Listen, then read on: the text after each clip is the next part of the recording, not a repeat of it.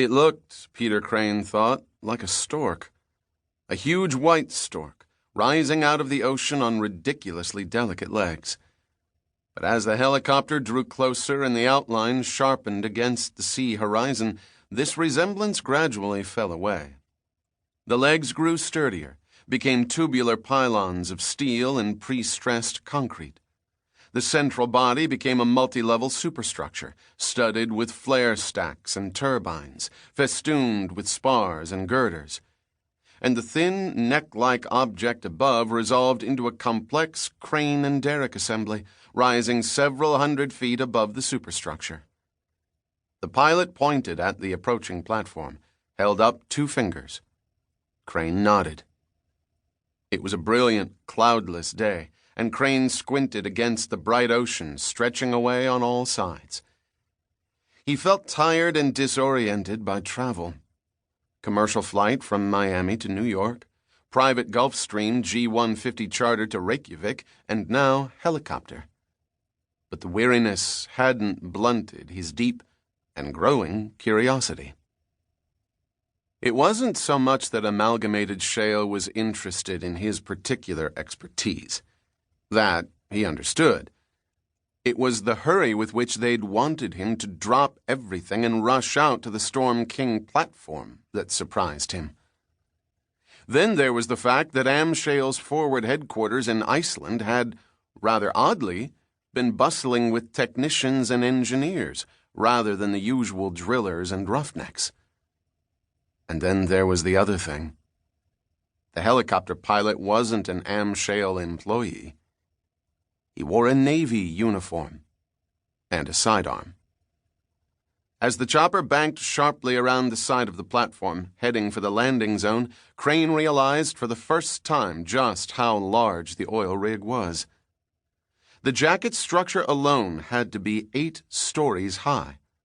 Its upper deck was covered with a bewildering maze of modular units. Here and there, men in yellow safety uniforms checked couplings and worked pump equipment, dwarfed by the machinery that surrounded them. Far below, the ocean frothed around the pillars of the substructure, where it vanished beneath the surface to run the thousands of feet to the sea floor itself. The chopper slowed, turned, and settled down within the green hexagon of the landing zone. As Crane reached back for his bags, he noticed someone was standing at the edge, waiting. A tall, thin woman in an oilskin jacket. He thanked the pilot, opened the passenger door, and stepped out into bracing air, instinctively ducking under the whirring blades. The woman held out her hand at his approach. "Dr. Crane?" Crane shook the hand. "Yes." "This way, please." The woman led the way off the landing platform, down a short set of stairs and along a metal catwalk to a closed, submarine-style hatch. She did not give her name. A uniformed seaman stood guard outside the hatch, rifle at his side. He nodded as they approached, opened the hatch, then closed and secured it behind them. Beyond lay a brightly lit corridor, studded along both sides with open doors. There was no frantic hum of turbines, no deep throbbing of drilling equipment. The smell of oil, though detectable, was faint, almost as if efforts had been made to remove it. Crane followed the woman, bags slung over his shoulder, glancing curiously into the rooms as he passed. There were laboratories full of whiteboards and workstations, computer centers, communications suites. Topside had been quiet, but there was plenty of activity here. Crane decided he'd venture some questions. "Are the divers in a hyperbaric chamber? Can I see them now?" "This way, please," the woman repeated. They turned a corner, descended a staircase, and entered another hallway, wider and longer than the first.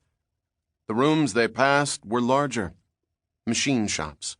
Storage bays for high-tech equipment Crane didn't recognize. He frowned. Although Storm King resembled an oil rig in all outward appearances, it was clearly no longer in the business of pumping crude.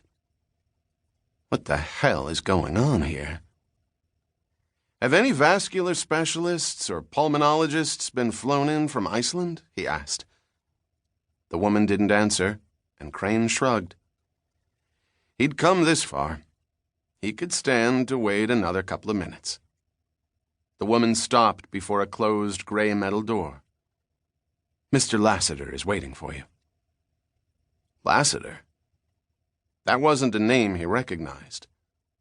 The person who'd spoken to him over the phone, briefed him about the problem at the rig, had been named Simon. He glanced at the door. There was the nameplate, white letters on black plastic, spelling out E. Lassiter, External Liaison. Crane turned back to the woman in the oilskin jacket, but she was already moving back down the corridor. He shifted his bags, knocked on the door. Enter, came the crisp voice from within. Lassiter was a tall, thin man with closely cropped blonde hair. He stood up as Crane entered, came around his desk, shook hands. He wasn't wearing a military uniform, but with his haircut and his brisk, economical movements, he might as well have been. The office was small and just as efficient-looking as its tenant. The desk was almost studiously bare. There was a single manila envelope on it, sealed, and a digital recorder.